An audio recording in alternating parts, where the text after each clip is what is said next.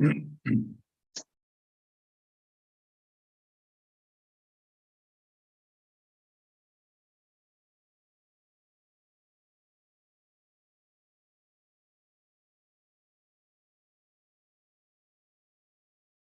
Sidney, muito bom dia. Estamos ao vivo. Bom dia a todas e todos, bom dia aos nossos participantes aqui na nossa sala Zoom, bom dia àqueles que nos assistem através do nosso canal no YouTube. Estamos dando início a mais um webinar, hoje intitulado Compliance Internet, Desafios e Perspectivas, organizado pela Comissão de Inteligência Artificial, presidida pela doutora Ana Amélia, nossa terceira vice-presidente, que aqui se encontra na nossa sala. O tema envolvendo as tecnologias em geral, tem sido tratado pelo Instituto de forma muito acurada.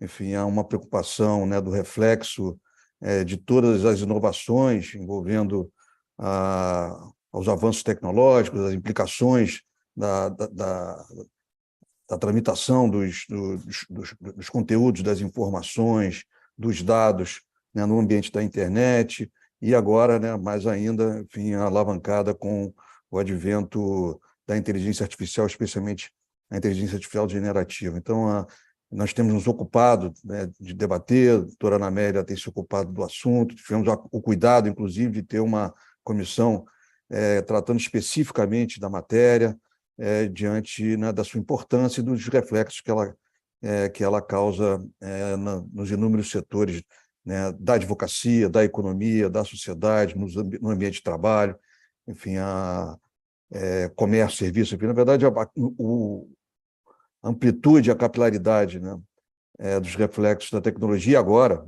da discussão mais recente envolvendo a inteligência artificial, tem sido objeto de preocupação, a fim de que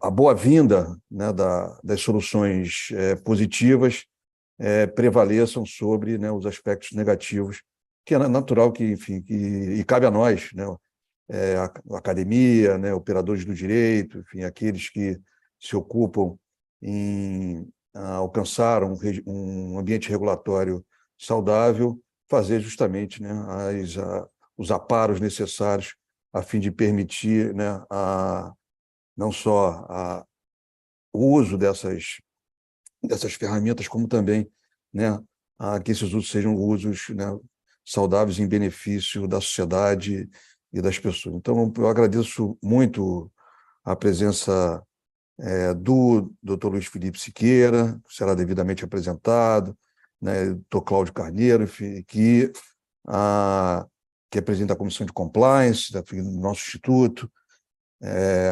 que, pela disponibilidade e pela importância do tema, esse conteúdo é um conteúdo que fica registrado nas nossas plataformas, então o acesso dele é permanente, vira fonte, objeto de consulta. Então, hoje o nosso acervo é um acervo enorme, enfim, vocês terem ideia, nós temos mais de 1.000 conteúdos publicados hoje na nossa plataforma, então, e tem sido muito acessado, enfim, dependendo do interesse e a característica da matéria tratada. Então, muito obrigado, enfim, em nome do Instituto dos Advogados Brasileiros. Essa semana é uma semana muito especial, semana que o Instituto fez 180 anos, no último dia 7. Então, é um evento marcado pela grande efeméride dos 180 anos. Então, a Ana Amélia fez muito bem em registrar nessa semana a realização de um evento da comissão para tratar num assunto tão atual, demonstrando que o Instituto continua ocupado com os avanços, com a modernidade, enfim, e aí à frente nos debates das academias jurídicas em geral. Então, dou por aberto os trabalhos, passo a palavra à presidente da Comissão de Inteligência Artificial para suas considerações iniciais, e depois começamos aí o nosso debate, enfim. Ana Amélia, bola está no teu campo, depois acho que Cláudio também, se quiser fazer alguma consideração inicial, enfim, antes da gente começar efetivamente as palestras, será muito bem-vindo. Enfim, esta semana, né, aí o evento justifica, né, a gente fazer esse encaminhamento, sempre ressaltando a importância do papel do Instituto no aprimoramento das normas, enfim, e do bem-estar da cidadania brasileira. Amélia, a palavra é sua. Presidente, que honra contar com a sua abertura, pelo prestígio da sua presença nesse evento. Aliás, um evento seguindo a sua determinação, um evento conjunto das comissões de compliance e governança do Cláudio Carneiro e a nossa comissão, justamente nesse mês de comemoração, como você disse, do IAB, que comemorou no último dia 7, 180 anos, né? Ou seja, muito obrigado, e é sempre gratificante e importante continuar a receber o seu apoio, o seu prestígio contínuo para a efetivação dos trabalhos realizados pelas nossas comissões, né? Eu cumprimento os nossos ouvintes da TV IAB, que já estão chegando aqui no nosso canal YouTube, que nós já estamos acompanhando, né? Como eu disse, é um evento conjunto, e eu quero cumprimentar também os membros da minha comissão de IA, que estão presentes, né, aqui no nosso YouTube. Tá? Hoje temos a felicidade, né, de contar com a presença e a experiência, para compartilhar sua experiência e seu conhecimento jurídico, do Cláudio Carneiro e do Luiz Felipe, que serão brevemente apresentados, né?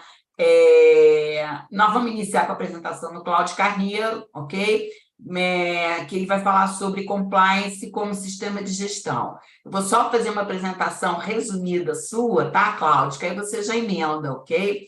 O Cláudio é advogado, pós-doutor pela Universidade de Lisboa, pós-doutor em Direito pela Universidade de Salamanca, vice-presidente da Ethical and Compliance International Institutes da União Europeia.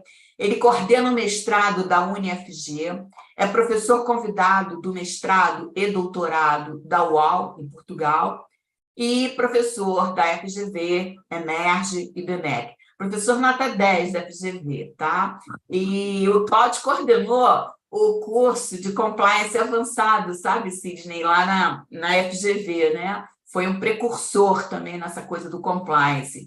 E eu tive a honra de ser convidada por ele para ministrar a disciplina Compliance Digital.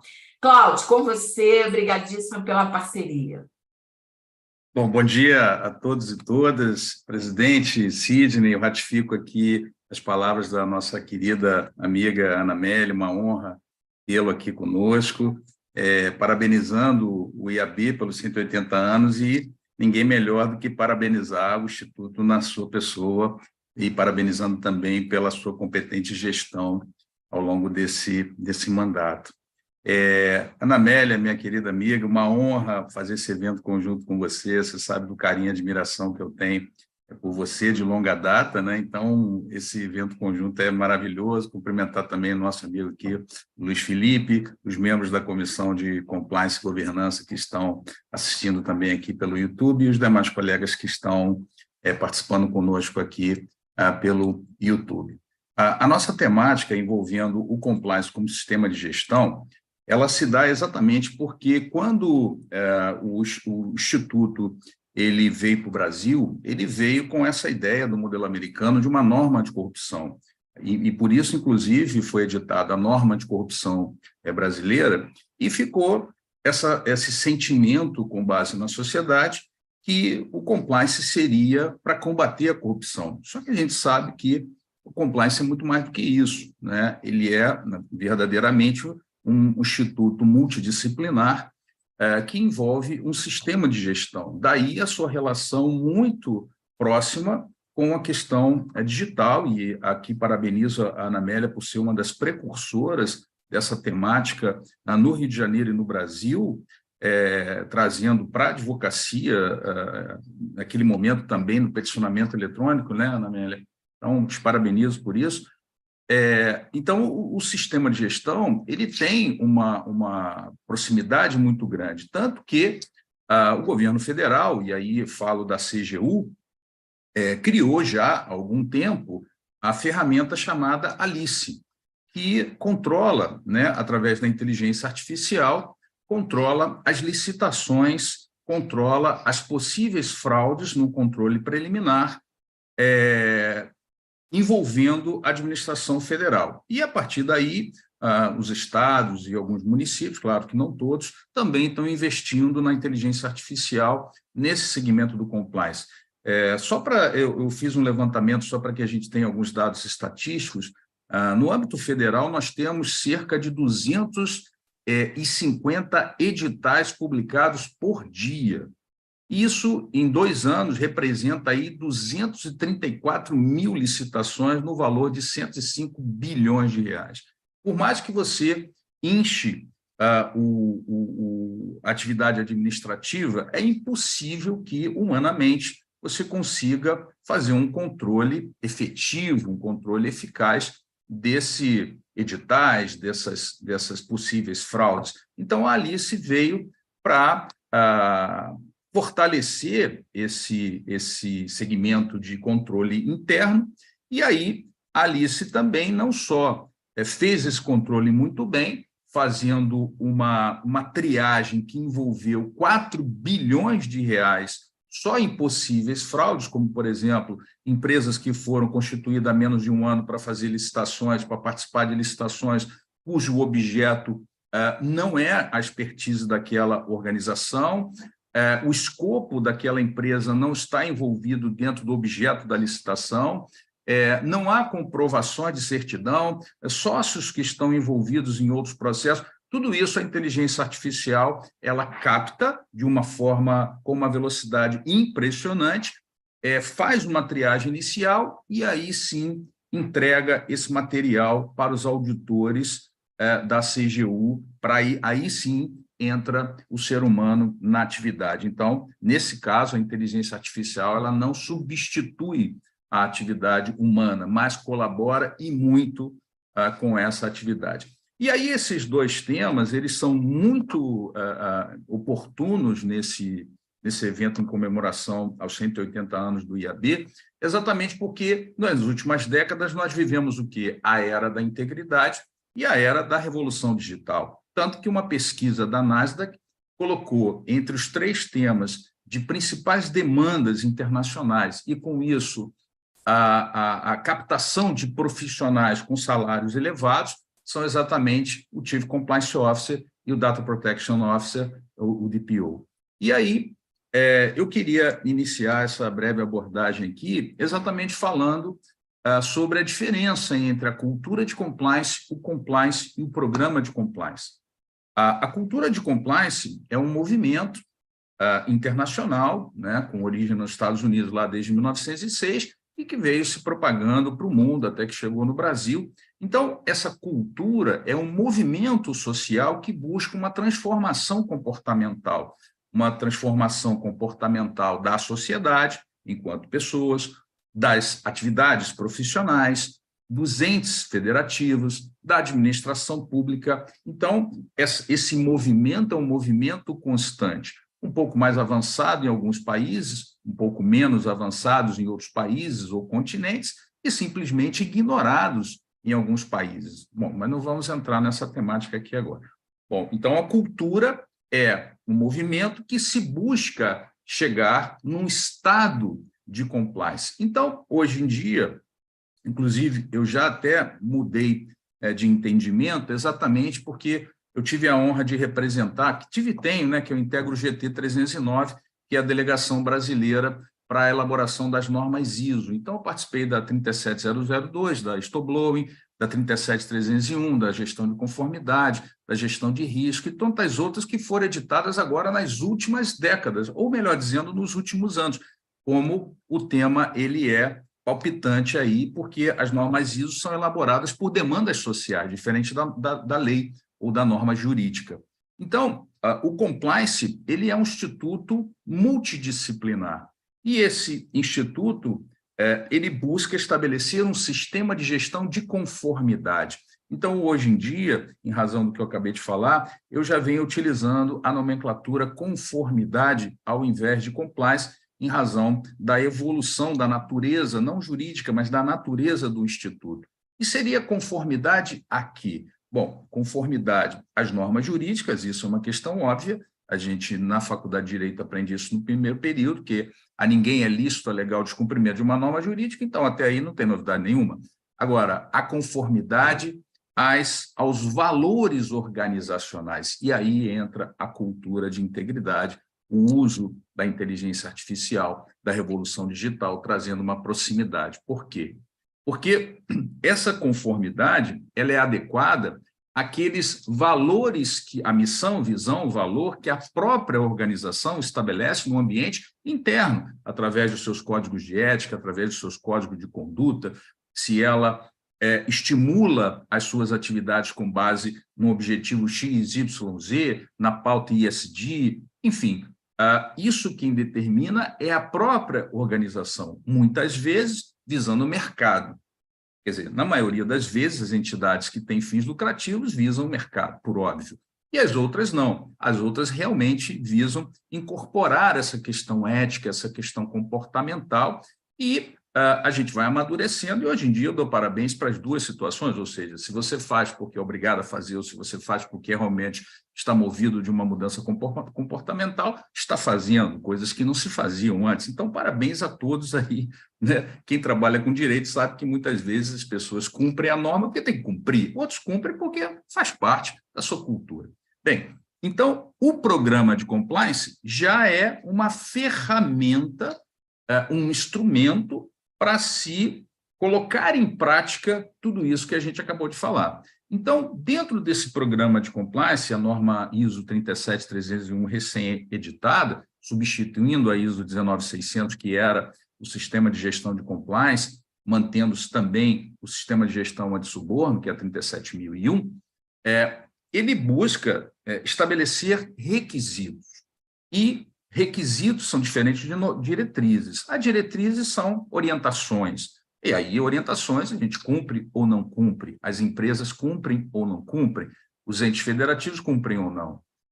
Mas os requisitos não, eles são objetivos. Então, os requisitos são para ser cumpridos. E dentre esses requisitos, nós temos hoje a importância de um departamento, e aí a Ana Amélia e o Luiz Felipe podem falar muito melhor do que eu, me perdoe se por acaso utilizar alguma expressão não muito técnica, mas hoje um dos departamentos ou das áreas mais sensíveis dentro de um programa de integridade, o que antigamente era setor de contratos, setor financeiro, hoje passou a ser exatamente o Departamento de Tecnologia da Informação, com todas as suas nomenclaturas ou com todos os seus contextos. Exatamente por quê? Porque hoje, ao clicar de um botão, a gente pode passar informações sigilosas para outras organizações que comprometam aspectos financeiros, aspectos de política de segurança, aspectos de fórmulas que devem ser guardadas para livre concorrência e muitas outras coisas. Então, isso vem cada vez mais fortalecendo não só a questão digital, mas também a questão do compliance, que se aproximaram muito, mas se aproximaram muito. Então, o que é, tecnicamente, esse sistema de gestão de conformidade ou de compliance, como se queira chamar? Que alcança também o sistema de gestão antissuborno. E essa distinção aqui no Brasil, ela não deve ser levada para o campo penal, e sim enquanto gestão, porque se a gente levar para o campo penal, a gente tem um tipo de corrupção e não tem o tipo penal de suborno. Mas vamos lá. Então, é um sistema, né? Sistema de gestão. Então, portanto, o que a norma jurídica já classifica isso? Nós temos a norma ISO, que classifica, e temos a norma jurídica, que também classifica. E, por felicidade, a norma jurídica copiou o conceito da norma ISO. Que ótimo, que assim não tem conflito. Então, o significado de um sistema de gestão, tanto sob o ponto de vista jurídico, tanto quanto os sistemas normativos internacionais que caminham em conjunto, são um conjunto de medidas e ações.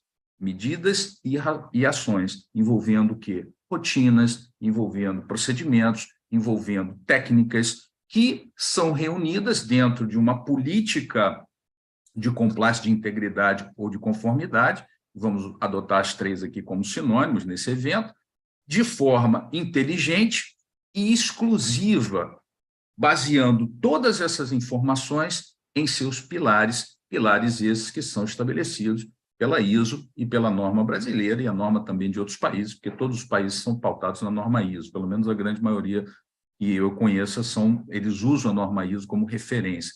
Então, aí entra o whistleblowing, a participação do controle interno, a participação da auditoria interna, o treinamento, a comunicação, o due diligence.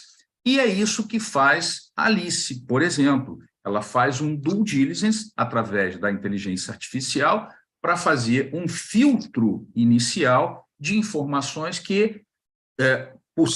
informações sensíveis, vamos chamar assim, que podem gerar fraudes. Ela faz uma seleção rápida, um filtro, uma triagem, e aí sim ela entrega para os controladores, para os auditores fazerem a triagem efetiva pessoal. Por quê? Porque até então é suspeita de fraude, tem grande chance de ser fraude. E com isso, a administração federal passou a economizar bilhões de reais. Eu tenho um exemplo aqui que só num processo que envolveu questões afetas à informática, inconsistências nos quantitativos, fragilidades no planejamento, ausência de pesquisa de mercado, que fez com que a administração federal, eu estou colocando a federal porque o IAB é nacional, e aí o nosso foco é nacional, ela chegou a conter uma possível fraude em apenas um processo de 3 bilhões de reais. Vejam a relevância que isso tem para economizar dinheiro público em todas as esferas. E, claro, na administração privada a mesma coisa, a diferença é porque é o objetivo principal, né, onde estamos movendo dinheiro público, o outro, o dinheiro privado, vamos dizer assim. Então, diante desses pontos cruciais aí, muitas vezes me perguntam o seguinte, Cláudio, porque como eu trabalho com auditoria, as pessoas também, né, querem saber, sob o ponto de vista prático, o que é o mais importante? O mais importante é a política de conformidade, que estabelece todo o planejamento, ou o mais importante é o mapa de riscos? Bom, sem dúvida, eu diria que é o mapa de riscos. Por quê? Porque se a gente começa pela política, que é o que normalmente se faz, o planejamento, quando a gente vai fazer o mapa de risco, indiscutivelmente você vai ter que voltar para a política para fazer uma adaptação. Por quê? Porque como você vai fazer um planejamento se o mapeamento de riscos ainda não foi feito e o ponto principal de um programa de conformidade ou de compliance é exatamente gerir esses riscos. Então, fatalmente, quando você for fazer o mapa de risco, você vai encontrar riscos que não havia previsto, por óbvio, e aí vai ter que adaptar a política. Então, eu sempre digo, o melhor é começar pelo mapeamento de riscos, para que eu possa identificá-los, e aí sim, dentro dessa política, eu gerir esse sistema. E com isso, a questão digital, a questão da inteligência artificial, otimizou sobremaneira esses processos. Por quê? Não só por conta da velocidade, mas da competência. Mas aí eu deixo para a Anamélia e para o Luiz Felipe falarem melhor do que eu sobre essa questão. Mas, indiscutivelmente, isso otimizou esses processos, otimizou essas rotinas. E posso dar exemplos disso, né, para a gente não ficar aqui falando só sobre o ponto de vista abstrato. Então, para facilitar, sobretudo, a retenção e a guarda das evidências, porque tudo isso que a gente está falando aqui tem que ser evidenciado, não pode ser uma coisa abstrata, uma coisa simplesmente dentro do achismo, eu acho que há algo errado. Não, se não for evidenciado, não houve, sob o ponto de vista de um programa de conformidade, nada errado, ou então o programa é falho, há um gap aí. Então, a retenção e a guarda dessas evidências, as ações corretivas, que são muito importantes. Por quê? Porque as ações corretivas, elas buscam impedir os impactos daquela ocorrência e prevenir que essa ocorrência venha a acontecer no futuro. Sem falar nomes aqui, mas eu posso dar alguns exemplos. A gente vê na televisão que algumas situações aconteceram e determinados atletas, muitas vezes internacionais, né, reconhecidos mundialmente, em Olimpíadas, enfim, em demais eventos esportivos, determinadas empresas retiram o patrocínio daquele atleta. Por quê? Porque identificaram que a postura, que a atividade comportamental daquele atleta, mesmo enquanto pessoa fora do contexto do evento esportivo ou do clube para o qual ele trabalha, ou para o país para o qual do qual ele representa, as atitudes daquele atleta são incompatíveis, ou seja, não estão em conformidade. Da mesma forma, a retirada de patrocínio de algumas peças que, segundo as organizações, as empresas, eu chamo de organização porque é o conceito internacional, elas retiram porque aquela peça não representa os valores daquela empresa. Artistas que são afastados por conta do compliance da emissora, por conta de comportamentos, enfim. Então, esse mapeamento de risco ele deve ser feito em loco, ele deve estabelecer uma gestão desses riscos, e o uso aí da inteligência artificial é inquestionável nos dias de hoje. Vale a pena o investimento, claro, enquanto ferramenta, enquanto instrumento. O mapeamento, mas o mais importante disso tudo, para eu poder caminhar aqui para o fechamento da minha fala, é a gestão desse processo. De nada adianta a gente ter a tecnologia, de nada adianta a gente ter um sistema de gestão que nos traz essa informação se a gente não consegue analisar esses dados, se a gente não consegue colocar em prática as atividades de gestão desses dados, de gestão dessas ocorrências. Por exemplo, as redes sociais hoje em dia, em época de fake news, etc. Muitas empresas investem hoje, vou até colocar entre aspas, porque essa expressão é perigosa, um controle das redes sociais por parte da empresa. Quando o nome da empresa é citado nas redes sociais, elas vão lá, principalmente isso administrado pelo compliance, e vão lá e detectam qual é o impacto que aquilo tem nas redes sociais em relação ao nome da empresa que está sendo citado ali. É impacto positivo ou é impacto negativo? Porque muitas vezes, quando a gente fala impacto, a gente pensa do lado ruim, mas tem lado bom.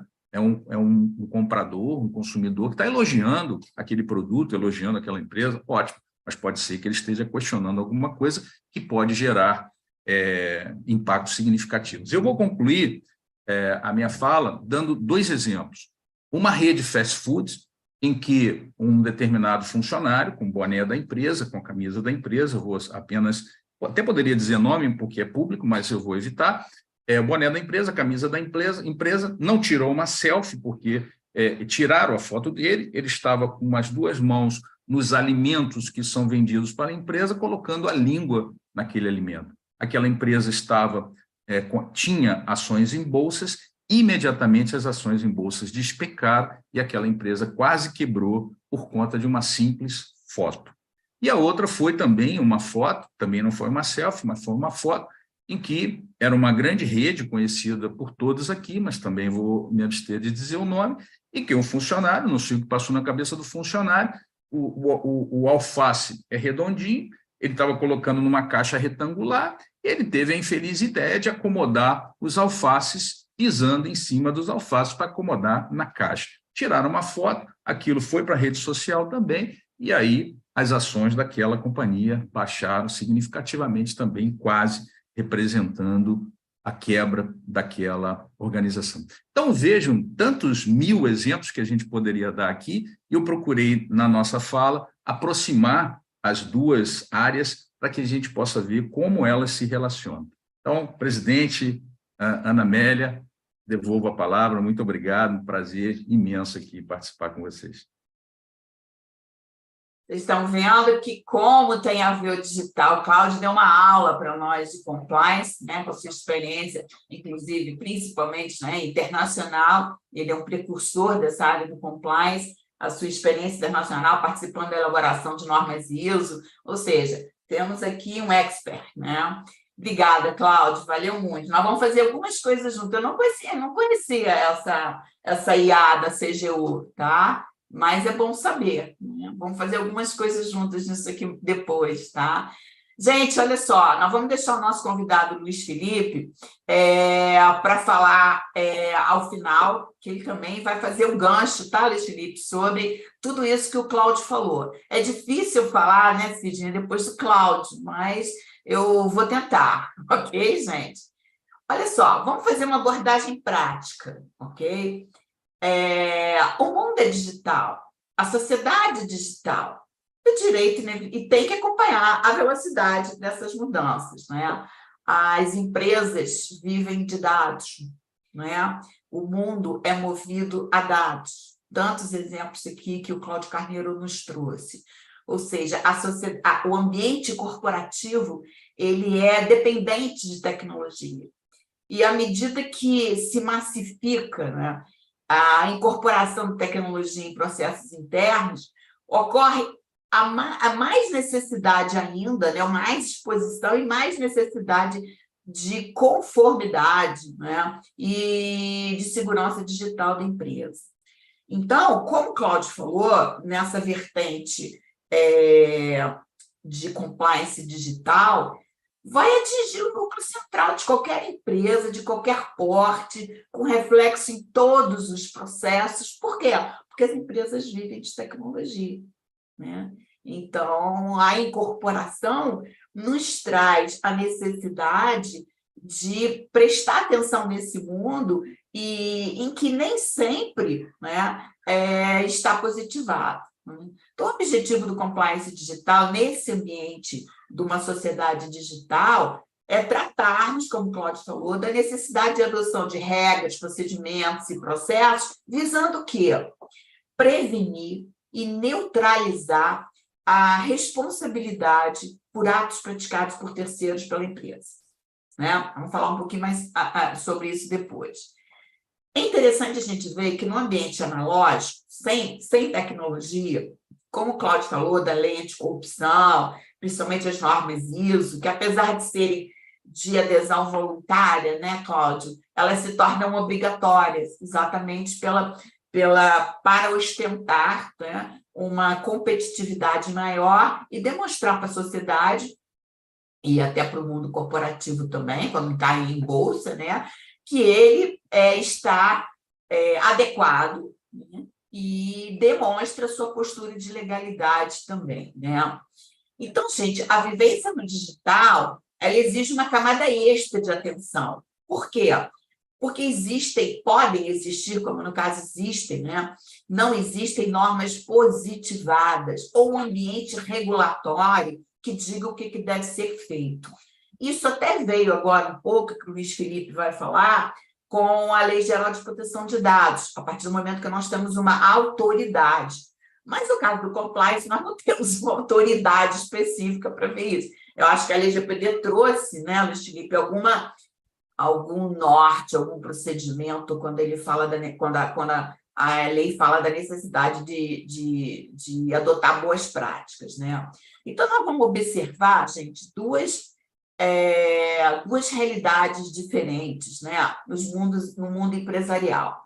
Nós temos as empresas nato-digitais, né, aquelas que nasceram aquele nome lindo, disruptivas, né, como as startups.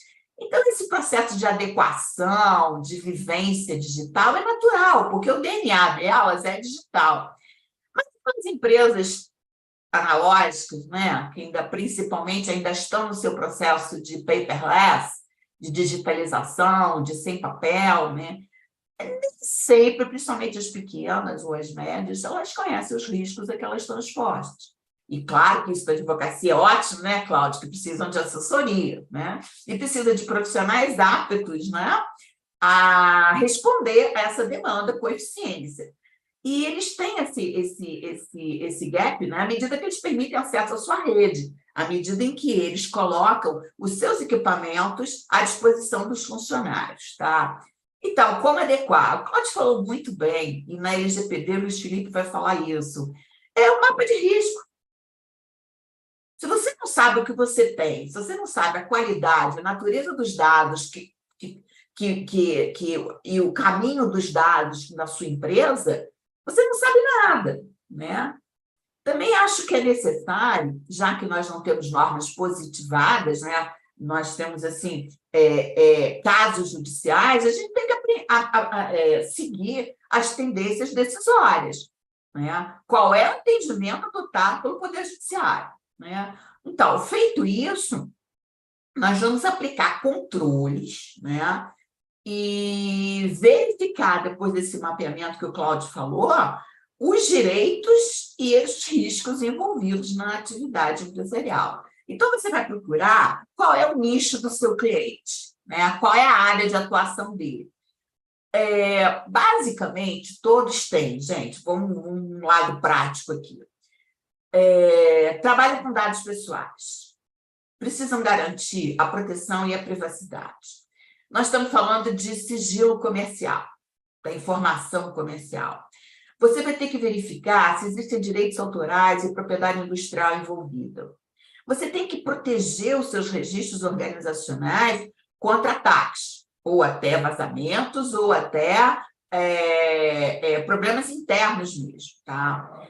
Regras básicas que a gente sabe que não tem do e-mail corporativo, né? O trabalhista digital, acho que teve um impacto muito grande. E os direitos da personalidade, né? Então, olha só, você pode tirar foto dos seus funcionários e deixar no site da empresa. Um treinamento, não gosto dessa palavra, não, uma capacitação dos seus funcionários pode ser filmada, ele pode vir a reivindicar posteriormente o seu direito de imagem.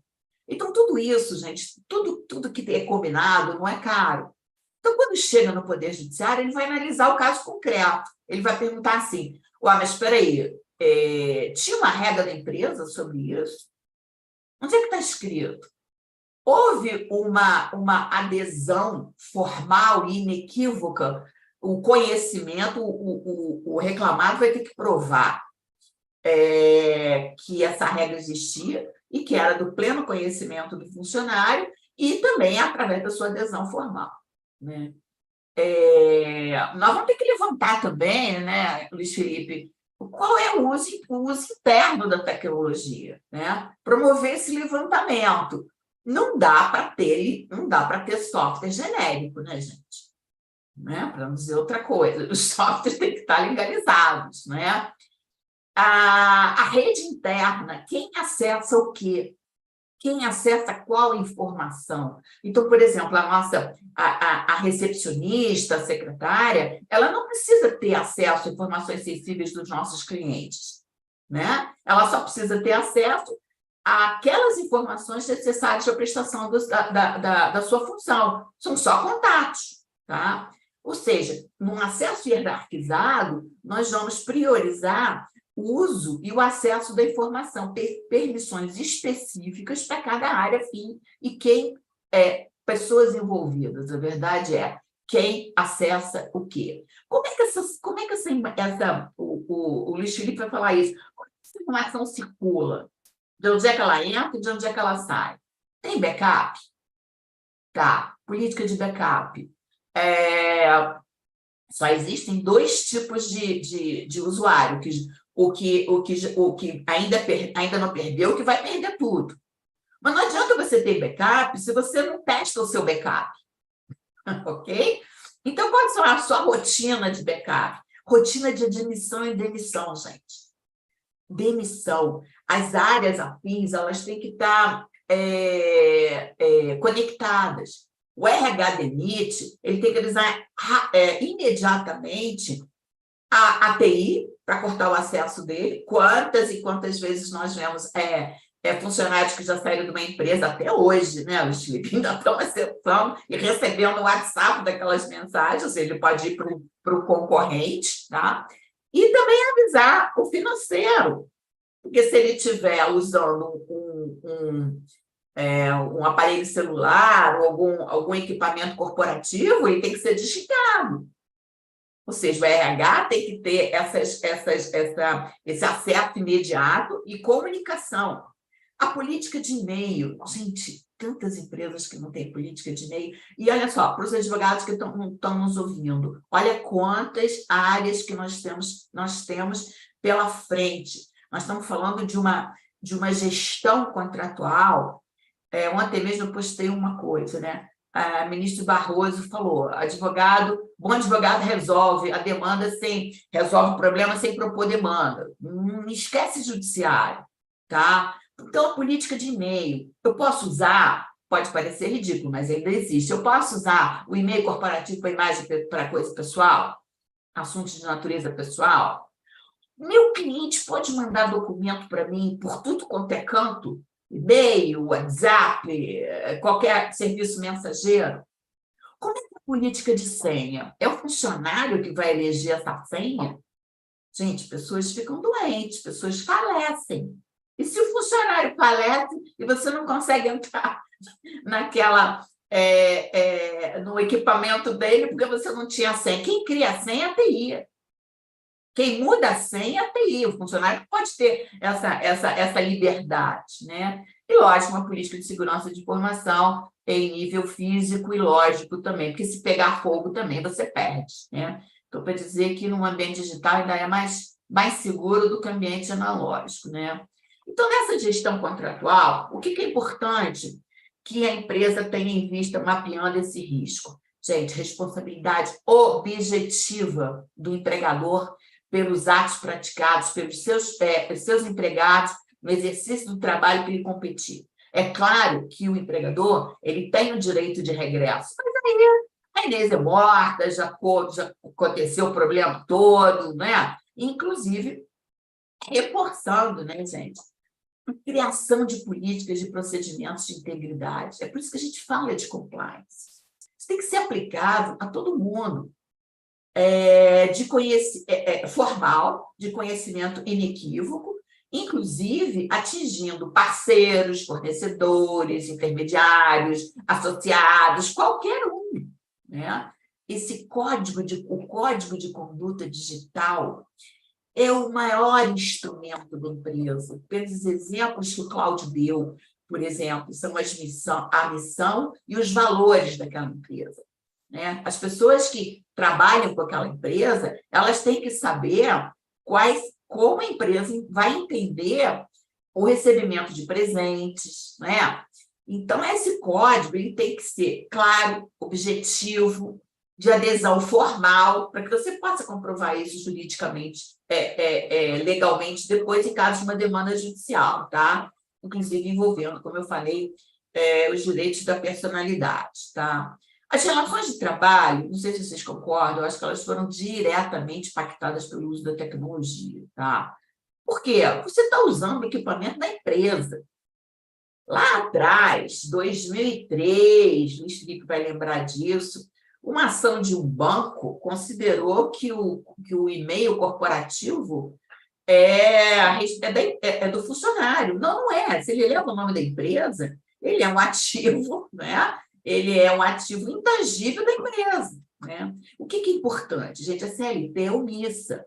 Ela não fala nada disso. Então, quando chega um reclamante... Agora, recentemente, não, Luiz Felipe, teve uma ação que o enfermeiro utilizou os dados do hospital, os dados pessoais de doentes, de pessoas internadas, para comprovar a sua relação, a sua hora extra, não lembro bem. E o juiz considerou aquelas provas ilícitas, porque ele jamais poderia ter acesso e também não poderia o quê? Juntar esses no processo que é público, tá? Vamos lembrar também dessa política do buyout, ou seja, a empresa que deixa o funcionário usar os seus próprios equipamentos eletrônicos. Pensa em problema.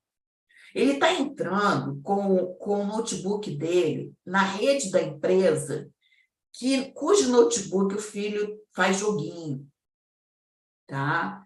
Ou seja, ele pode fazer backup, quais são as permissões desse funcionário? Tá? Gerenciamento de senhas, como eu falei para vocês também, isso tudo está envolvido, tá? Estou falando assim, dando exemplos, mas na política do compliance digital, né?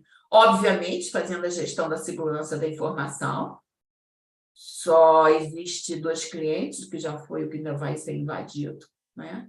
Nós estamos falando de segurança cibernética, nós temos a Política Nacional de Segurança da Internet, cibernética, né? E para que você consiga mitigar, né, os riscos de incidentes de segurança. Se você está na rede, você está correndo o risco mesmo de ser invadido, não é mesmo? Então, o backup atualizado, eu conheço uma empresa, gente, que o backup não é grande não, tá? Leva 4 dias para ser feito. Por quê? Porque não tem uma política de limpeza de lixo. São só 200 funcionários. Pergunta, nunca foi feita uma política de lixo. Ou seja, você imagina uma empresa que demora 4 dias para o backup ficar pronto? Se tiver uma invasão ali no meio, perdeu. Né? E não adianta você ter backup também se você não, em termos de incidência de segurança, de invasão, se você não criptografa os seus dados. Por quê? Se o hacker entrar, você não vai precisar, você tem o backup, mas ele tem acesso à informação. Então, ele pode fazer a sua chantagem, né, a cobrar esse resgate para ficar calado. Aí eu pergunto, o código de ética da empresa pode pagar resgate?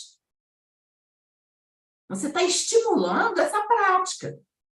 Mas também, se você não tiver backup, você vai ficar, sua empresa pode acabar, ser simplesmente deletada, como nós já vimos várias, né? E essa política, gente, de governança digital, instalação, criação de códigos de práticas, de guias de implementação, métricas, mediação, diretrizes, ou seja, isso tudo o Luiz Felipe vai falar, porque tem a ver também com as diretrizes trazidas pela Lei Geral de Proteção de Dados. E na mitigação desses riscos regulatórios também, né, Cláudio, nós temos agora a Agenda ESG, né, que é um programa de integridade que eu acho que veio, tá de mão dada com o compliance, né? E nada disso, gente, vai ser comprometido, vai ser concretizado sem o comprometimento e o envolvimento direto da alta direção.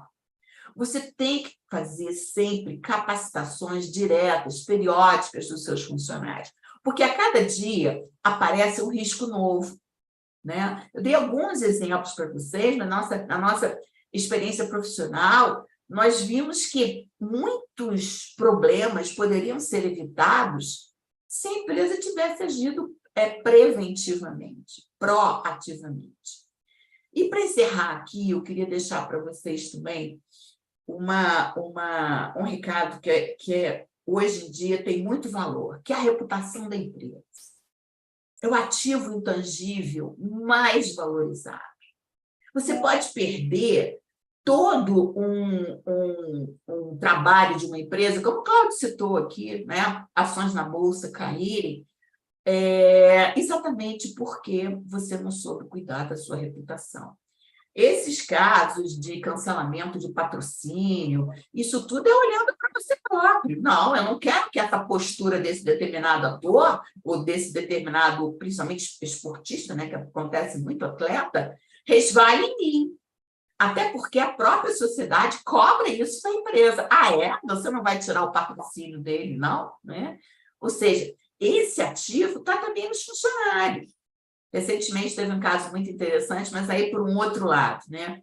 Aniversário do funcionário, ele contratou um buffet que serviu um refrigerante da marca concorrente do seu empregador, e ele foi mandado embora. Ou seja, o que o concorrente fez? Aí é surfar na onda, né? Contratou ele. Então, assim, você ter uma equipe de gestão de crise, tá? Fazer do limão a limonada e saber que é o seguinte, não mexe com isso, porque, por exemplo, na LGPD, quem quer ser o primeiro a ser multado? Porque aquele nome, ele vai ser... Lembra do caso, por exemplo, Cirela. Ninguém esquece da Cirela, coitada, ela foi até inocentada depois, mas ficou no nosso imaginário, foi a primeira empresa. Então, o que a gente fala para as empresas é o seguinte, não mexe com reputação. Sociedade digital é conectada. Dá um arroba para você e cita você, vira tsunami. Então, você não vai querer isso, né? Então, compliance digital hoje, gente, encerrando aqui, com a sociedade digital nunca foi tão importante. Por isso que a gente diz, não adianta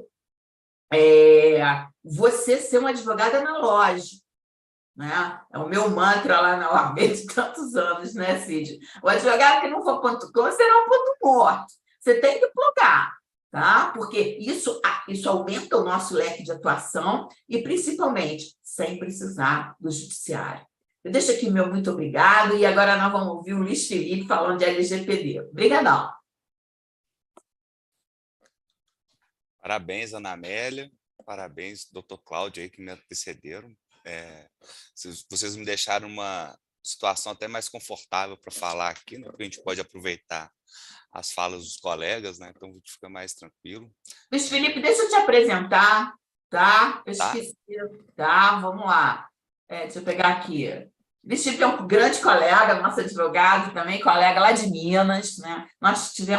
Eu tive a honra de fazer com ele um curso de certificação internacional de LGPD da Exim, né? O Luiz Felipe é advogado, é mestre em Direito Empresarial, é sócio fundador da Privacy Point LF, Digital and Connect Point, quer dizer, ele é um advogado digital, é professor de pós-graduação da PUC Minas, excelente faculdade, e da Cândido Mendes do Rio. Ele integra o grupo de estudos em Direito e Tecnologia da UFMG, que é um grande celeiro também de estudos e de personalidades, né? E integra a Comissão de Proteção de Dados e Comissão de Startups da OAB. Luiz Felipe, com você. Obrigado pela apresentação. É bom estar aí falando no Rio de Janeiro, presidente Sidney Santos, bom dia, né? Muito obrigado pelo convite, fiquei muito honrado, viu, Ana Amélia? De verdade. E é bom a gente... Acho que só de a gente começar a falar aqui, já percebe que eu sou mineiro, né? Então, o sotaque não nega, mesmo eu tendo nascido em Juiz de Fora, que é mais perto do Rio. É um prazer estar aqui com vocês. E para falar de coisas que são do meu dia a dia, né? Lei Geral de Proteção de Dados, a gente fez esse curso de formação da Exim, hoje eu estou me tornando instrutor Exim também, então está dentro dessa história, e vou aproveitar o gancho da Exim para falar, porque o que nasce antes, né, você falou aí da sociedade em rede, né, que vem lá do Castells, né, que é do teórico, que interconectou tudo, mas o que a gente fica falando muito, e aí o Dr. Cláudio trouxe com muito brilhantismo, que é a questão do compliance, mas fundado nas normas ISO, né? Então, quando a gente fala em Lei Geral de Proteção de Dados, a gente tem que perceber que antes disso a gente tem que falar de segurança da informação, que é pautado, né, na família ISO, do nosso caso aqui, a família ISO 27000, né? A ISO 27000, 27001, 27002, que teve a sua reformulação agora, né, do ano passado, em 2022, né? Ela teve a reforma de 2013. Então, a gente não está falando mais de disquete e CD, né? Muito que está lá na ISO o tempo inteiro, né? A gente tem que atualizar. Mas o mais legal que eu achei na reformulação da ISO 27002 foi quando eles mudam os 114 controles para 93, ou seja, eles reformulam os controles, né, organizacionais, tecnológicos, físicos, eles introjetam o de pessoas. Então, a gente está falando aqui agora de organização de pessoas, checar o currículo verdadeiro para ver se aquela pessoa realmente pode estar naquela posição, para evitar, igual teve um ministro da Educação que falou que era doutor e não era, né? Então, assim, a gente tem essas questões que agora que a norma ISO está focando em pessoas, e daí vai dar o gancho para a inteligência artificial, porque tem muita gente preocupado da IA substituir pessoas, na verdade são pessoas utilizando de IA, né, para formatar e melhorar o seu desempenho pessoal, profissional e das empresas, consequentemente, né? A gente está utilizando isso já, principalmente os programadores já estão utilizando corriqueiramente, e as pessoas também, né? Você joga alguma coisa, um chat GPT te manda o texto, você já dá, lógico que você tem que verificar se aquilo está condizente ou não, mas isso pode te auxiliar. A gente não tem que nossa, estou investigando se o meu aluno está fazendo pesquisa com o chat GPT-3. Não, se ele está utilizando aquilo de um modo correto, está fazendo o trabalho dele melhor, tudo bem. Mas se ele está utilizando aquilo só para no antigo Zé Moleza, aí realmente a gente vai ter um problema e a gente vai ter um problema maciço até mesmo de educação, né? A gente vai estar promovendo a ignorância e não a inteligência. Então, esse é um cuidado que a gente tem que ter. E falando de segurança da informação, a Ana Amélia bem disse, e o Cláudio também. A primeira coisa, quando a gente entra em uma empresa e vai fazer um programa de adequação LGPD, a primeira coisa, e eu falo isso, eu tenho um sócio que ele é de TI, eu falo, ó, sem o mapeamento, inventário de dados, a gente não entra, o jurídico não entra em campo. E não entra mesmo. Porque a gente primeiro tem que conhecer o ambiente, está lá no princípio da precaução da LGPD, adequação, né? Não é à toa que esses são princípios, os famosos princípios estão lá no artigo 6º, são os 10 princípios, né? A gente tem que olhar, né? Igual quando teve reforma do CPC, a gente olha lá os princípios, no começo lá da lei, e vê como é que está. Então, a gente, né, os princípios, eles são melhores, né? Não vou entrar em nenhuma discussão de princípios e regras aqui, não, porque eu acho que não é o momento. Mas os princípios são os mais valiosos, a gente tem que olhar que eles são estanques, é o que vai perseverar. Então, a gente olha e faz isso, e dentro de uma perspectiva, a gente olha onde que está trafegando cada dado pessoal dentro da empresa, em cada setor, ver em cada setor da empresa quais sistemas eles usam e como eles são utilizados, se tem termo de uso ou não, se tem contrato escrito ou não. Então, isso tudo a gente faz para fazer uma análise de risco posterior, e isso tudo é balizado na norma ISO, isso não está na LGPD. O que a LGPD nos traz é que a gente tem que tratar boas práticas e governança, mas é impossível dissociar isso, e aí o Dr. Cláudio, né, integra o conselho da MNT sem ser das normas ISO, que é o grande padrão que a gente vai ter aqui, né, e elas são muito bem formatadas, né. Eu só lamento que elas não são disponibilizadas gratuitamente, mas assim, porque isso iria difundir mais o conhecimento, né? Eu acho que isso seria muito bom. Mas todo mundo, quem está trabalhando com isso, tem que ter essa parte técnica, né? E a gente que está aí, se formou como Data Protection Officer, né? Embora a lei aqui é encarregada de dados aqui no Brasil, e tem uma diferença muito grande, né, do encarregado de dados no Brasil para o DPO na União Europeia, né? Aqui a gente não tem, a gente vai auxiliar no... Vou utilizar da sua palavra, viu, Ana Amélia? Na capacitação, né, que é o treinamento, que é a geração de cultura de privacidade e proteção de dados dentro das empresas, que é o mais importante. Entretanto, isso não é utilizado como instrumento de venda. O instrumento de venda de LGPD, infelizmente, virou o receio da multa, né? E aí demorou. A lei entrou em vigor em setembro de 2020, as sanções poderiam ser aplicadas a partir de agosto de 2021, e a primeira multa saiu em julho de 2023, no valor de R$14 mil, e aí o falecido Doneda falou, no dia que sai, uma vez eu fiz um curso dele aqui no DTI-BR, que é da UFMG aqui, né? E aí não, parentor não, o professor Doneda estava lá, e ele falou assim, no dia que sair a primeira multa da ANPD, pode ter certeza que as pessoas vão avaliar ela de frente para trás, de trás para frente, na diagonal, e é o que está acontecendo, né? Você abre o LinkedIn todo dia, até hoje, o pessoal está comentando se a multa podia ser aplicada, não, era sociedade... era uma sociedade unipessoal, então não era pessoa jurídica, não poderia ter sofrido a multa. Aí cada hora sai o valor não está errado por causa disso, daquilo, o que é interessante, a gente consegue ver a aplicação da sanção, mas para o mercado, que muita gente ficou propagando aí, vai tomar multa de 50 milhões, tomar multa de 50 milhões, na verdade, é 2% do faturamento, né? Limitado a 50 milhões de reais. Então, assim, as pessoas têm que, ao invés de fazer a prática do medo, fazer a prática da cultura, que é o que eu acho que é o interessante de se fazer. E ao fazer um mapeamento, inventário de dados e uma análise de risco, esse é o ponto de partida. Aí que a gente vai conseguir gerar, primeiro, a política de segurança da informação, não só para as empresas, como também para os entes públicos, né? A gente não pode esquecer que a LGPD se aplica aos dados online e offline, né? e aí a Ana Amélia acertou, porque o mais difícil de fazer é o offline, né, o que está em papel. Eu trabalhei numa empresa aqui que chama Valorec, que é de domínio público, e aí onde estavam armazenados os documentos da Valorec, de outras empresas aqui em Belo Horizonte, pegou fogo.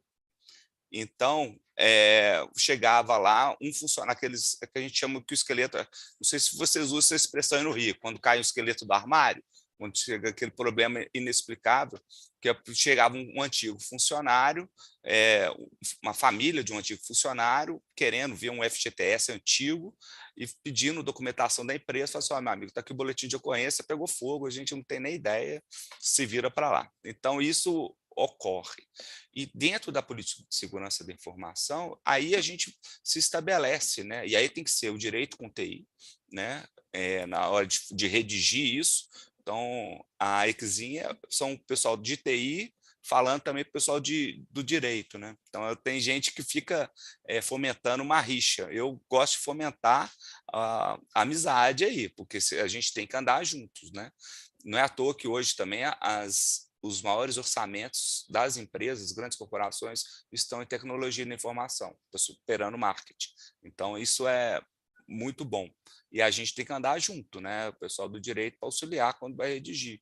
E aí estabelecer essas regras de e-mail, dos ativos, né? O que a ISO chama de endpoints, né? Dos ativos digitais, telefone, e-mail, smartphone e tudo mais. Né? Tudo bem que hoje muita coisa está em nuvem. Como se vai estabelecer o backup, igual ela falou? O backup vai estar no mesmo servidor, vão tratar em servidor diferente. Né? Então, essas questões técnicas a gente tem que ver, né? Mas a gente tem que ver também as medidas organizacionais. Aí depois a gente consegue fazer uma política de privacidade. E aí muita gente hoje em dia só entrega a política de privacidade externa, se esquece da política de privacidade interna.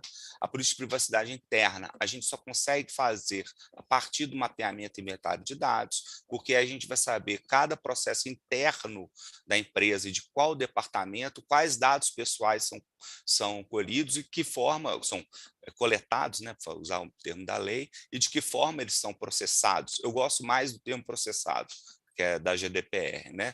Como que eles são processados, esses dados pessoais? As formas são legítimas? A LGPD não impede que nenhum negócio seja feito, mas ele tem que ser legítimo e tem que preservar os direitos e garantias fundamentais das pessoas. É para isso que veio, né?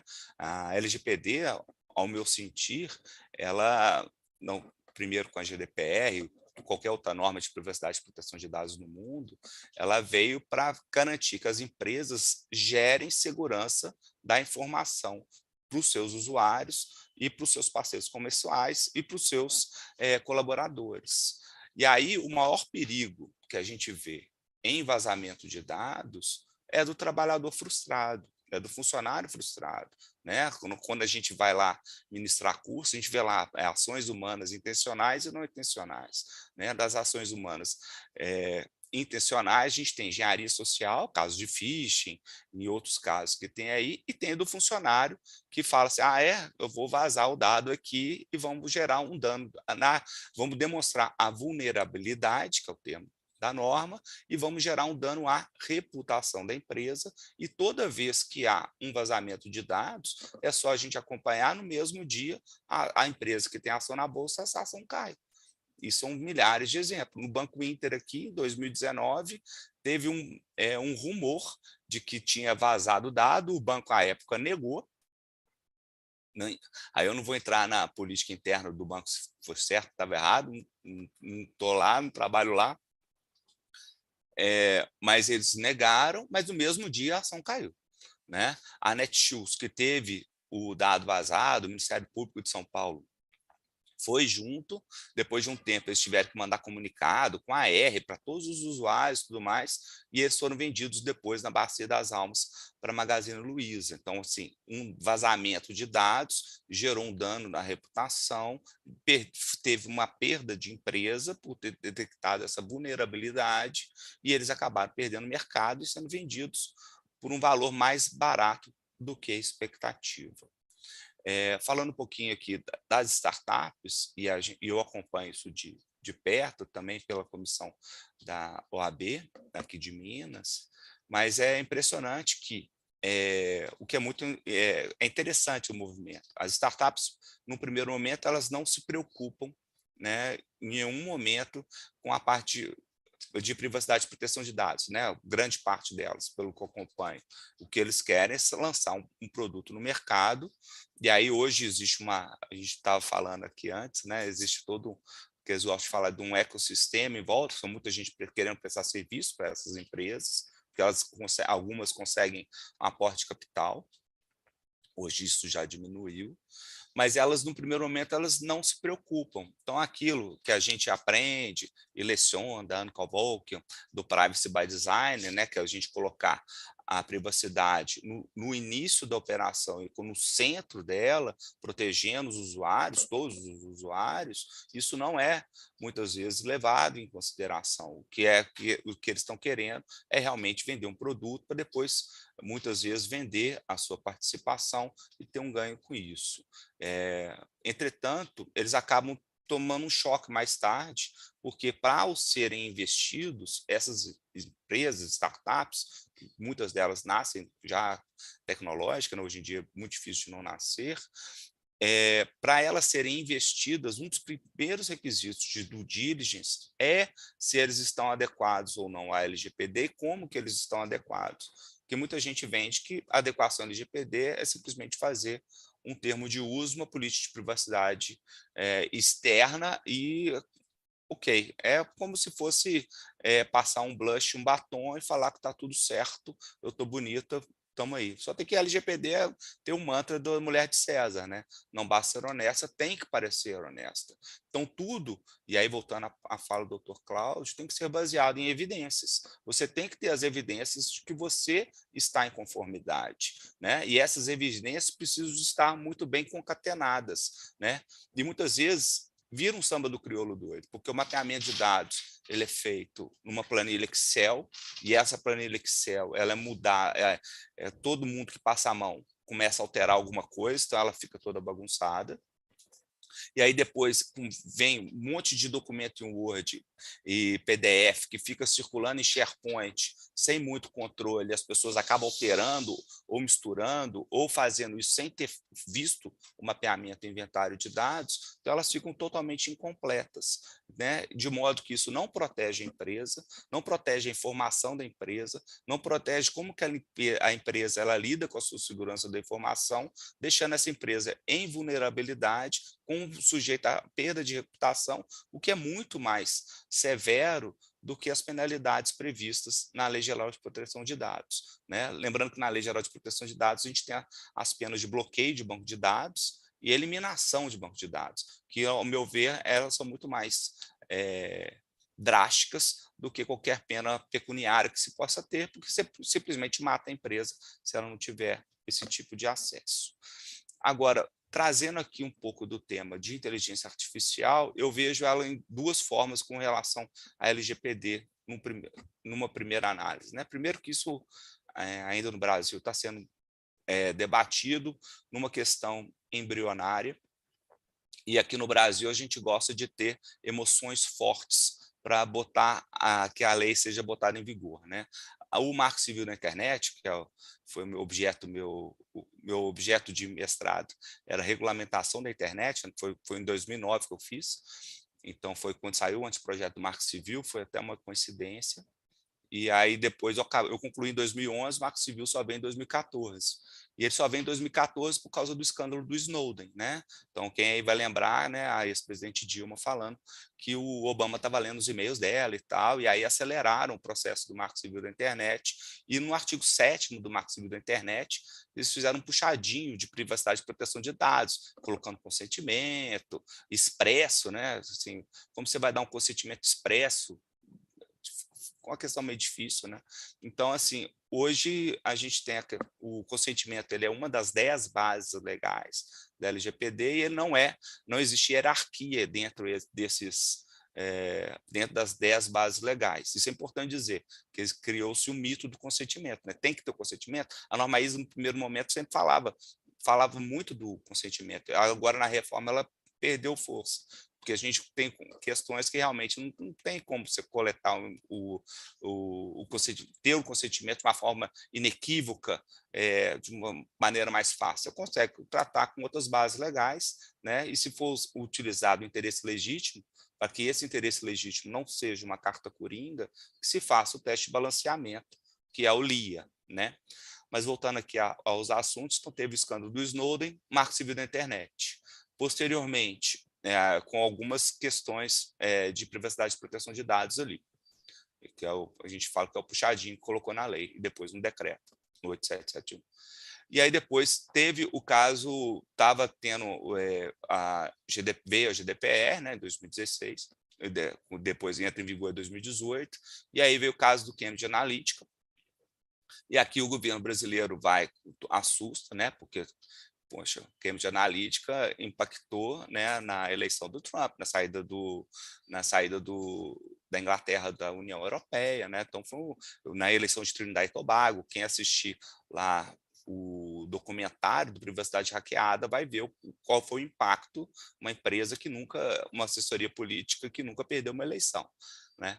Então, isso veio, e aí veio a LGPD logo na sequência do escândalo desse. E agora a gente já tem, primeiro teve o PL das fake news, né, o 2630, e agora a gente teve aqui o PL, deixa eu colar, 2338, eu sou ruim de número, por isso que eu sou advogado, que veio aqui com questões da inteligência artificial. Então, o meu receio é qual vai ser o próximo escândalo que vai motivar que a legislação de inteligência artificial seja sancionada aqui no país, né? Será que a gente vai motivar em termos acadêmicos, técnicos, ouvindo sociedade civil, igual como já está se fazendo agora, e levando isso realmente em consideração, ou a gente vai precisar de ser uma coisa de afogadilho, né? Lembrando, outro caso também que eu gosto de contar é o da Lei Carolina Dickmann, né? Tinham 3 PLs desde a década de 90, falando de crimes cibernéticos e tudo mais, e aí fizeram, aí o Azeredo aqui, que era o ex-governador de Minas, senador, tal, foi preso e tudo mais, fez o substitutivo, fez um PL só, e aí a Carolina Dickmann teve o computador dela, levou para consertar, hackearam o HD, disponibilizaram fotos dela nua e tudo mais, e aí fizeram de afogadilho a lei que alterou o Código Penal brasileiro, né? Não estou questionando a realidade da lei ou não, mas se ela foi boa ou não, nem sou penalista. Mas já incluíram alguns tipos de penais, né, ali, que foi bom, né, mas a gente trocou mais de 10, 15 anos de estudos e debates para 6 meses de um evento. E esse que é o meu receio agora com inteligência artificial, em a gente ter, mais uma vez, um debate raso e uma norma que não contemple o que vai ser. Mas aí, para a inteligência artificial, para a LGPD, eu acho que para as empresas e entes públicos, né, a gente teve aí o exemplo aí da Alissa, da CGU, é a gente criar o que eu acho os KPIs, né, que são os indicadores e o uso de inteligência artificial para criar esses indicadores de eficiência, de conformidade de LGPD por via de inteligência artificial. Eu acho que isso é de uma grande benesse, né? É aquela questão, quem lida com auditoria e programas de conformidade, o que não é medido não pode ser oferido, né? Você tem que medir e você tem que trazer esses, não são dados, são informações, né? Dados são elementos dispersos. Quando a gente combina esses dados, ele passa a ser informação. Quando a gente combina essas informações, gera o conhecimento. Esse conjunto de conhecimento vai gerar uma sabedoria e vai gerar a inteligência, né, que fala. Então, a gente vai conseguir ter esses indicadores por via de inteligência artificial, isso vai ser muito bem-vindo. O outro caso, aí já é o caso do mau caminho, né? Inequivocamente não, né? No meu ponto de vista, nós já estamos totalmente perfilados em rede. Esse é um grande problema, e até mesmo se a gente pegar até mesmo pela União Europeia e outros países que têm privacidade e proteção de dados como uma norma já introjetada, a parte de banco de dados em larga escala, né, Big Data e tudo mais, isso é uma grande preocupação. como nós somos hiperconectados agora, né, sociedade em rede, não canso de falar do Castells, a gente está sendo perfilado, a gente é perfilado já, então as empresas e entes públicos, partidos políticos já sabem qual é a nossa tendência de consumo, nossa tendência de partido político para votar, qual vai ser a nossa tendência de comportamento. Eu acredito, sinceramente, que nós já estamos totalmente perfilados, lembrando que a internet é feita de camadas, mas em camadas mais subterrâneas da internet, isso com certeza já vai estar lá. Eu já tive oportunidade, quem já teve a oportunidade de ver um RD Station, que é muito utilizado em marketing, que é esse disparo de e-mails em massa, é impressionante. Na hora que abre lá, fala tudo de todo mundo, como você está comprando, e a gente torna público esses dados, né? E ao tornar público, quando o titular torna público os dados, eles deixam de ser protegidos, né? Porque foi você que tornou público. Então, essa questão do perfilamento e do Big Data, isso realmente, com o uso de inteligência artificial, isso realmente me preocupa, porque como que isso vai ser regulado, né? A gente tem aqui algumas preocupações, muita gente acha que tem que fazer uma autorregulação, eu acredito que às vezes a gente está muito embrionário para partir para um caminho desse, né? A gente vai partir igual o Reino Unido fez, né? Quando eles fazem o GDPR próprio, sai a Inglaterra, ela sai, né? Tem o Brexit, ela sai da União Europeia, tem o GDPR dele, o regulamento de privacidade e proteção de dados da União da Inglaterra, e ele passou a fazer a regulação baseada em riscos. Então, será que vai ser esse tipo de regulação que a gente vai partir para ela, sendo regulada em riscos, ou uma setorial, igual a União Europeia tem feito e alguns outros países estão partindo para esse tipo de regulação, né? Será que isso vai ser melhor? Vai se precisar de ter uma outra autoridade reguladora? Então, tanto o PL das fake news quanto agora esse PL da inteligência artificial trata de ter uma autoridade reguladora, igual a gente tem aqui no Brasil a Autoridade Nacional de Proteção de Dados, né? Na minha dissertação de mestrado, em 2009, eu falava que tinha que ter uma autoridade para a internet. Então, na época, não tinha nem... tinha um capítulo na minha dissertação que era privacidade e proteção de dados, mas o maior era como ia regular a internet como um todo, né? E aí, como que eu achava que tinha que ter uma agência reguladora e tal para isso. Mas será que aí depois, com os anos passam, a gente também muda um pouco a gente vai ficando mais amadurecido, e a gente vê na Autoridade Nacional de Proteção de Dados que ela tem aí nos poucos anos que ela tem feito uma abordagem educativa, que eu acho que tem que fazer mesmo, tá certo? Tem que começar regulando alguns pontos, né? Se vai usar terceiro setor, startups, definir muito bem o que é controlador conjunto, operador e encarregar de dados, acho que está muito certo, tem que fazer isso mesmo, né? Se a LGPD vai vir para as pessoas já falecidas, para mim isso já estava no Código Civil, na GDPR, isso é explícito nos considerandos, mas aqui não estava explícito, então tem algumas coisas que elas tinham que fazer parte mesmo. Mas será que ela vai ir além? Como que vai ser feita essa fiscalização? Ela lançou quais empresas estavam sendo fiscalizadas, não via entes públicos, só empresas. Eu tenho procedimentos na autoridade, e eles foram procedimentos porque teve violação de dados pessoais em empresas, que a gente fez essa documentação para a autoridade daqui, só tem que essa fiscalização ela é feita como? Ou é por denúncia, né? Ou então é motivado pela própria empresa ou ente público que teve seu dado vazado. Mas será que essa fiscalização ela é efetiva, né? E aí eu gosto de falar muito do professor Lesk, que lançou o Code, né, em 1996, porque ele falava que o direito ele ia ser feito não só por toda essa rede interconectada que faria um novo direito. Então, as próprias máquinas, né, gerando esse controle. Mas como que os entes públicos vão gerar esse controle se não utilizar também de ferramentas, inclusive de inteligência artificial, para isso. Agora, como que vai ser feito isso? Se isso vai infringir segredo comercial, segredo de negócio, como que isso vai ser feito? Essa que eu acho que tem que ser uma discussão mais rica, que ela é pouco fomentada. Então, assim, essa atuação prática de controle, mas de uma forma não só documental, né? Acho que a gente está indo um pouco atrasado no que tange essa parte fiscalizatória.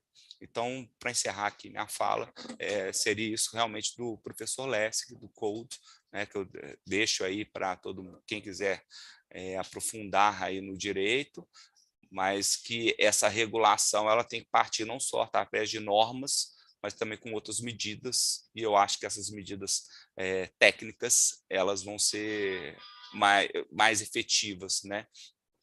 E hoje pouca gente está querendo ser técnico, todo mundo está querendo ser gestor, né? Então, assim, a gente está precisando de tecnicidade também nessa parte fiscalizatória da regulação.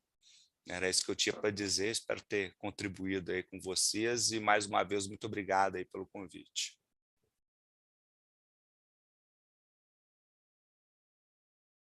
Cláudio, com você, encerra aí as últimas palavras, eu para mim, e depois a gente encerra.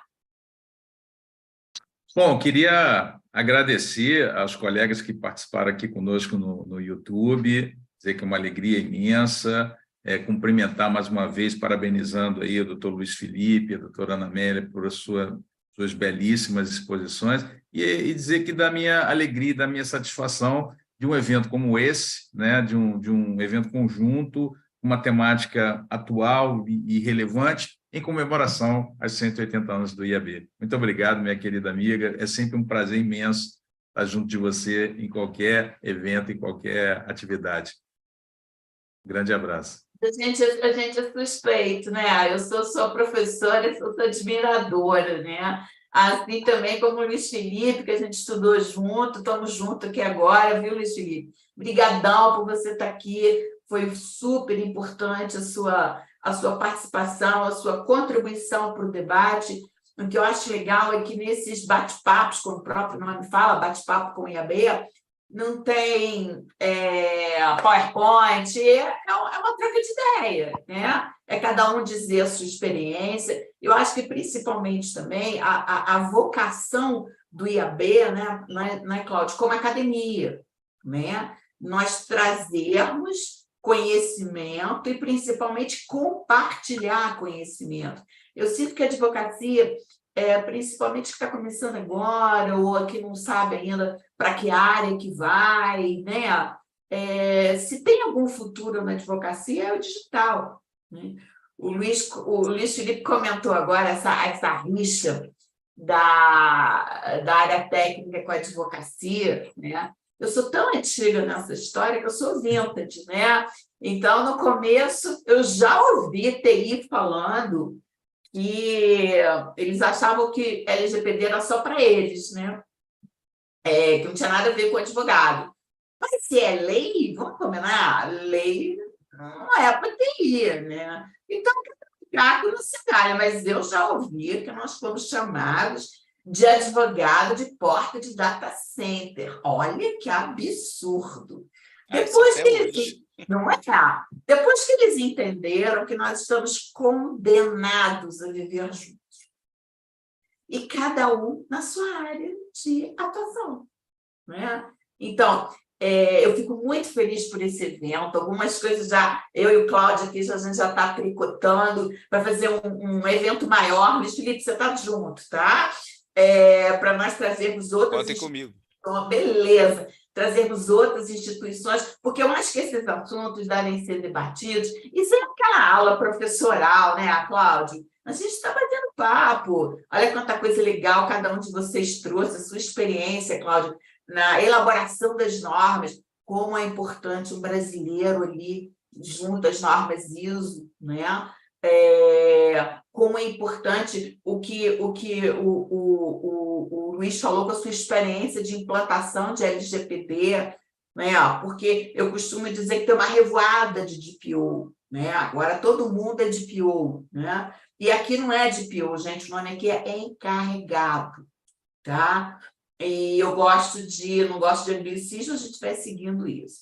Então, encerrando, palavrinha mágica a todos vocês que colaboraram com a democratização do conhecimento, o apoio, né, da presidência do IAB, através do presidente Sidney, na criação dessa comissão, porque ela trata de inteligência artificial e inovação. Olha quanta coisa boa o Cláudio trouxe de novidades em relação ao compliance. Então, eu encerro dizendo a frase do nosso, o mantra do IAB, né? Na vanguarda do direito, sempre.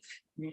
Gente, obrigado. Olha, os nossos ouvintes, isso aqui vai ficar, como sempre, o nosso canal, o YouTube no IAB, vai ficar transmitido. Geralmente, sabe, Luiz Felipe, o número de visualizações, ele aumenta depois, né? A partir do momento que as pessoas estão com tempo e também com a segurança de que ficará gravado e poderá ouvir num momento mais oportuno e propício para poder assistir o nosso evento. Então, beijo no coração de todo mundo, obrigado pela participação, obrigado pelos membros das nossas comissões, né, Cláudio, que estão aqui prestigiando também, e até a próxima. Um abraço.